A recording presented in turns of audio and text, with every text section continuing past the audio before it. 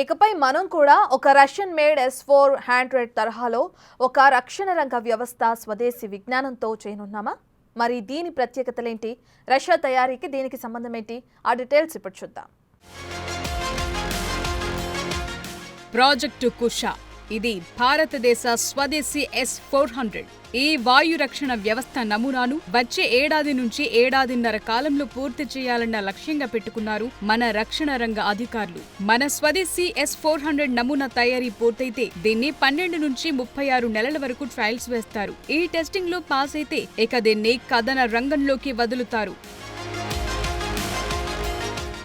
Operation సింధూర్లో Pak Turkish డ్రోన్లు, China మిసైళ్లను వదలటంతో వీటిని సమర్థవంతంగా అడ్డుకోవటానికి మనం రష్యన్ S-400ని వాడాం. ప్రాజెక్టు కుషాలో భాగంగా S-400 రకం స్వదేశీ long range surface to air మిసైళ్ల వ్యవస్థను రూపొందించే యత్నంలో BEL పురోగతి సాధిస్తున్నట్టు తెలుస్తోంది.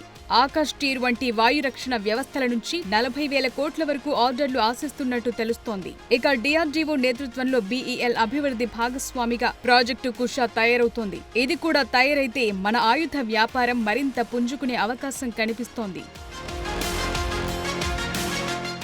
నియంత్రణ వ్యవస్థలు, వివిధ రకాల రాడార్లు, వాటి అనుసంధానం కోసం తమ సంస్థ పనిచేస్తోందని అంటున్నారు BEL MD మనోజ్ జైన్. త్రైమాసిక ఆదాయాల ప్రకటన సందర్భంగా ఆయన ఈ మాట చెప్పారు.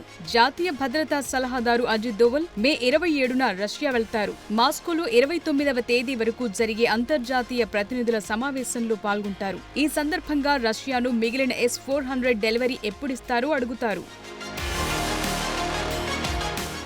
2018లో భారత్ S-400కి సంబంధించి 5 యూనిట్లను కొనుగోలు చేసింది. దీని విలువ భారత కరెన్సీలో 35,000 కోట్లు. వీటిలో ఇప్పటి వరకు 3 భారత్ చేరుకోగా మిగిలిన 2 ఇంకా రావాల్సి ఉంది. వీటి కోసం దోవల్ సంబంధిత అధికారులపై ఒత్తిడి తెచ్చే అవకాశం ఉంది. 4వ యూనిట్ ఈ ఏడాది చివరి నాటికి భారత్ వచ్చేలా తెలుస్తోంది. 5వ సెగ్మెంట్ వచ్చే ఏడాది కల్లా వస్తుందని అంచనా. ప్రాజెక్టు కుషాతో పాటు BEL quick reaction surface to air missile ని కూడా తయారు చేయడంలో బిజీగా ఉంది. ఇందుకోసం మరో ప్రత్యేక బృందం పనిచేస్తోంది. దీని విలువ సుమారు 30,000 కోట్లు. QRSAM అంటూ షార్ట్ ఫామ్ లో పిలిచే దీనికోసం ఇప్పటికే ఆర్డర్లొస్తున్నాయని ఆశాభావం వ్యక్తం చేస్తున్నారు నిర్వాహకులు. భారత రక్షణ రంగ వ్యవస్థ రష్యాతో కలిసి జాయింట్ వెంచర్ చేస్తున్నాయి. ఆపరేషన్ సింధూర్లో S-400తో పాటు Indo Russian joint venture BrahMos క్షిపణులు సైతం బ్రహ్మాండంగా పనిచేసిన విషయం తెలిసిందే. సరిగ్గా అదే తరహాలో రష్యన్ తయారీ S-400 మోడళ్లు మనవాళ్లు ఆపరేషన్ కుషా తయారు చేస్తున్నారు. దీనికి క్విక్ వర్షన్ కూడా డెవలప్ చేస్తున్నారు.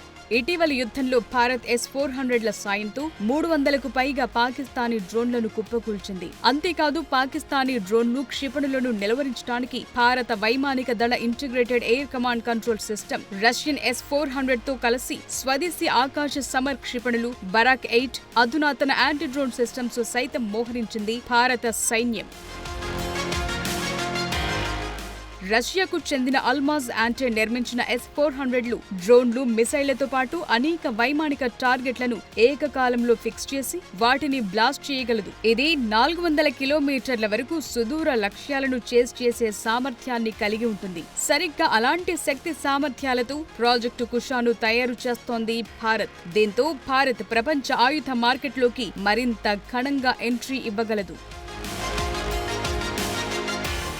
ప్రపంచంలోనే భారతే గొప్ప మిలిటరీ వ్యవస్థ. మన మిలిటరీ, మన ఆయుధాలు ఇప్పుడున్నంత స్ట్రాంగ్గా గతంలో ఉండేది కాదు. దానికి కారణం ఏంటి? ఇప్పుడిప్పుడే భారత్ ఎందుకు ఈ రంగాన్ని స్ట్రాంగ్ చేస్తుంది? దీని వెనుక గల పరిణామ క్రమాలు ఎలాంటివి?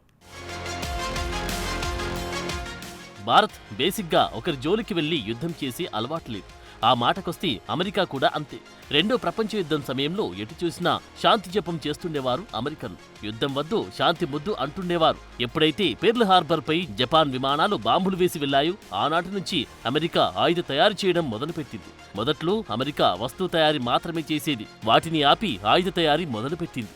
రెండో ప్రపంచ యుద్ధంలో జపాన్పై రివెంజ్ తీర్చుకోవడానికి గాను ఓపెన్ హైమర్ అనే అణుశాస్త్రవేత్తకు అణుబాంబు తయారు చేయమని నిధులు కేటాయించి ఆ దిశగా కథన రంగంలోకి కాలుమోపింది US. అప్పటి వరకు బ్రిటన్, అమెరికాను ఎంత బతిమలాడుకున్నా యుద్ధంలోకి అడుగుపెట్టింది కాదు అమెరికా. ఎప్పుడైతే జపాన్ అమెరికా ఆహాన్ని దెబ్బతీసిందో ఆనాటి నుంచి ఈ దేశం తనదైన శైలిలో ఆయుధాల మీద గురిపెట్టింది. ఏకంగా అణుబాంబులు తయారు చేసింది. హిరోషిమా నాగసాకిల మీద అణుబాంబులు వేసి రివెంజ్ తీసుకుంది. అక్కడి నుంచి అమెరికా ఆయుధ తయారీలో పెద్దన్నాయి కూర్చుంది. భారత్ కూడా ఇంచుమించు ఇలాంటి చరిత్రే. మనకంటూ పాకిస్తాన్తో కాశ్మీర్ గొడవే లేకుంటే ఈ యుద్ధాలు ఆయుధాలతో పనే ఉండేది కాదు. మన ఉద్దేశం కూడా అది. మనది శాంతియుత దేశం, మితవాద దేశం. మనకి విపరీతమైన రాజ్యాకాంక్ష ఉండేది కాదు. ఇదే కాశ్మీర్ని రాజా హర్సింగ్ భారత్లో కలపడానికి ఆయనంతట ఆయన స్వయాన ముందుకొచ్చారు కాబట్టి ఒప్పుకుంది భారత్. ఇదే చేటు తెచ్చింది. కాశ్మీర్ మీద విపరీతమైన కాంక్ష పెట్టుకున్న పాకిస్తాన్ భంగపడి ఆనాటి నుంచి మనతో ఏదో ఒక రకంగా కాలు దూవుతూనే ఉంది. 1948లో జరిగిన దాన్ని మొదటి కాశ్మీర్ యుద్ధమని అంటారు. ఒక్క 1971 తప్ప మనకు పాకిస్తాన్తో జరిగిన అన్ని యుద్ధాలు కాశ్మీర్ కేంద్రంగా జరిగినవి. అయితే ఇక్కడ మనవాళ్లు మిలిటరీ, దాని నిర్వహణను ఎంతో పటిష్టపరిచారు. కానీ ఆయుధ తయారీ మాత్రం ఎప్పుడూ రష్యన్ ఆయుధాలకి ఎక్కువ ప్రయారిటీ ఇచ్చేవారు. మొన్నటి వరకు యుద్ధంలో సరిహద్దు రక్షణ వ్యవస్థగా పనిచేసిన S-400ల వరకు మనం రష్యా మీదే ఆధారపడేవాళ్ళం. ఇప్పటికీ మన దగ్గరున్న ఆయుధాల్లో 70% వరకు రష్యన్ మేడ్ మాత్రమే ఉంటాయి. వాళ్ళు కూడా మనకు అలాగే కోఆపరేట్ చేసేవారు. ఇప్పటికీ ప్రపంచమంతా ఎదురు తిరిగిన భారత్ అంటే టక్కున ముందుకొచ్చే దేశం రష్యా, ఆ తర్వాత ఇజ్రాయెల్. భారత రక్షణ రంగం తర్వాతి కాలంలో ఒక వ్యవహార శైలిని నేర్చుకుంటూ వచ్చింది. అది రష్యన్ టెక్నాలజీ సాయంతో వారి తరహాలో కొన్ని ఆయుధాలు తయారు చేసుకోవడం. ఇప్పుడు S-400 మోడల్లో ప్రాజెక్ట్ కుషా ఎలాగో గతంలో బ్రహ్మోస్ కూడా అలాగే. ఆ తర్వాత స్కై స్ట్రైకర్ల వంటి మరికొన్ని ఆయుధాల తయారీలో ఇజ్రాయేలీ సాంకేతిక పరిజ్ఞానం వాడుతూ మన ఆయుధ వ్యవస్థను అంతకంతకు పెంచి పెద్దది చేసుకుంటూ వస్తున్నాం. ఇప్పుడు మన ఆయుధశాల ఆత్మనిర్భర్ భారత్లో భాగంగా ఎన్నో ఆయుధ శ్రేణులను సొంతంగా తయారు చేసుకుంటుంది. ఇందులో 2 విషయాలు దాగి ఉన్నాయి. మొదటిది, మనమే తయారు చేసుకుంటే చౌకధరలకి పని పూర్తవుతుంది. ఇక రెండో విషయం, ఈ ఆయుధాలను మనం కూడా రష్యా, అమెరికా, చైనాలా అమ్ముకోవచ్చు. ఈ దిశగా మనం BrahMos, Akash, Nagastra, D4, spy striker ఇలా రకరకాల ఆయుధాల తయారీతో దూసుకెళ్తున్నాం. వీటితో పాటు అగ్ని, పృథ్వీ వంటి మిసైళ్ల సంగతి సరే. తాజాగా ప్రాజెక్ట్ కుషా. మనం మన ఆయుధ శ్రేణిని పెంచి పెద్ద చేసుకుంటూ పోవడం వల్ల భారత్ కూడా ఒక ఆయుధ తయారీ దేశంగా మారుతుంది. తద్వారా ఆయుధ మార్కెట్ని మరింతగా ఇంప్రూవ్ చేయగలం. ఇప్పటికీ మనం ఆకాష్, బ్రహ్మోస్ ఆర్డర్లను వేల కోట్ల రూపాయల మేర అందుకుంటూ తగిన లాభాలను పొందుతున్నాం. దీంతో ఇటు స్వామి కార్యం, అటు స్వకార్యం పూర్తి చేసుకోగలుగుతున్నాం.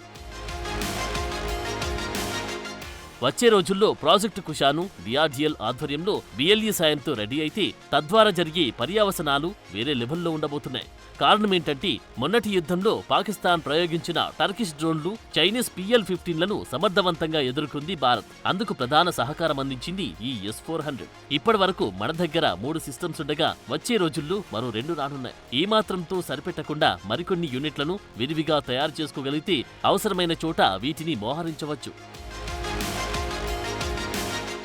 ఇటు పాకిస్తాన్ ఎలాంటి కయ్యానికి కాలు దూవుతుందో అటు బంగ్లాదేశ్ కూడా ఈశాన్య రాష్ట్రాలను ఆశించి చైనాతో కలిసి అలాగే వ్యవహరిస్తుంది. దీంతో దేశవ్యాప్తంగా మనం కుషాలను సరిహద్దుల వెంబడి మోహరించుకుంటే ఇక భారత భద్రత మరింత కట్టుదిట్టమవుతుందంటున్నారు మన నిపుణులు.